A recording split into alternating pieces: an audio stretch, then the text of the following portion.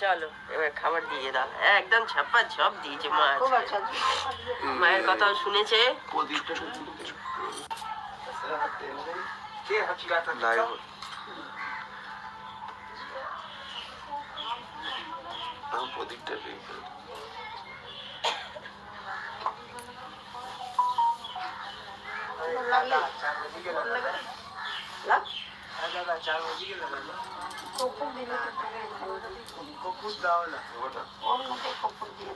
একটু তেল লাগবে এটা না। ঠিক আছে ঠিক আছে। ও এটা আগে খাবার দিয়ে এখানটা কিছু জাম করে দিতে হবে বুঝলে? হ্যাঁ হ্যাঁ কি জাম করতে হবে।